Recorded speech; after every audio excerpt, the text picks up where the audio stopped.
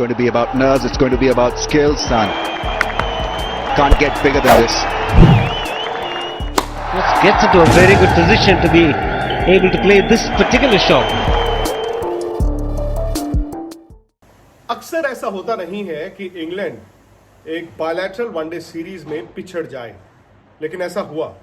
वो पहला मैच हारे, न सिर्फ मैच हारे बल्कि इंग्लैंड का एक ऐसा बैटिंग ऑर्डर जो किसी भी स्कोर को चेज कर देता है, वो 294 रन चेज नहीं कर पाया।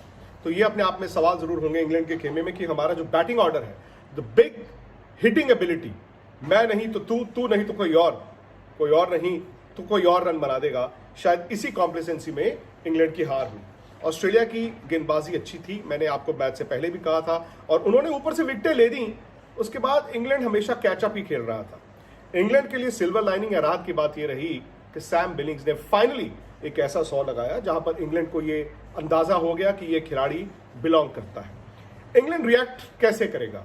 इंग्लैंड उसी टीम के साथ शायद खेलेगा, क्योंकि इंग्लैंड चाहता है और जानता है कि उनकी टीम अभी भी ऑस्ट्रेलिया से बेहतर है। हाँ, उस दिन उन्होंने बैटिंग अच्छी नहीं की, इसीलिए उनकी हार हुई। और मॉर्गन की कप्तानी की यही खासियत है, जैसे धोनी में हुआ करती थी, कूल, काम, कंपोस्ट। जेसन रॉय उनके लिए दिक्कत है, क्योंकि जेसन रॉय के लिए ये सीजन उस तरह का नहीं रहा जिस तरह से उन्होंने इससे पहले 2-3 साल इंटरनेशनल क्रिकेट खेली है।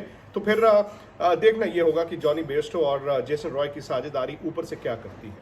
वैसे जो रूट भी इस साल ऑर्डिनरी सी उन्होंने परफॉर्मेंस दी है, भले वो टेस्ट क्रिकेट हो या फिर ये वनडे मैच हो। ऑस्ट्रेलिया के लिए अब दिक्कत ये थी कि उनके ओपनर्स ने भी रन नहीं बनाए थे, लेकिन जो नीचे मिचेल मार्श और मैक्सवेल की पार्टनरशिप थी, उसने ऑस्ट्रेलिया को उतने रन बोर्ड पर दिए जहां पर उन्होंने ये विश्वास किया कि हमारे पास ऐसे बॉलर्स हैं, अगर हम शुरू में विकेटें ले लेंगे हम मैच जीत सकते हैं। और उन्होंने ऐसा किया भी। खासतौर से जाम्पा ने जिस तरह से बीच में आकर गेंद की, उन्होंने विकेटें ली। तो ऑस्ट्रेलिया की गेंदबाजी वर्सेस इंग्लैंड की बैटिंग, ये दूसरा वनडे मैच भी रहेगा। उसी विकेट पे ये मैच खेला जाएगा।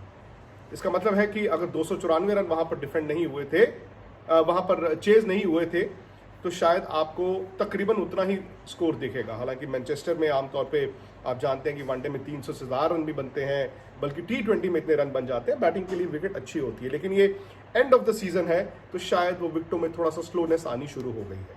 ऑस्ट्रेलिया के लिए स्टीव स्मिथ वापस आएंगे, कंकशन के चलते वो पहला वनडे मैच नहीं खेले थे, तो स्टॉइनिस को शायद वो रिप्लेस करेंगे।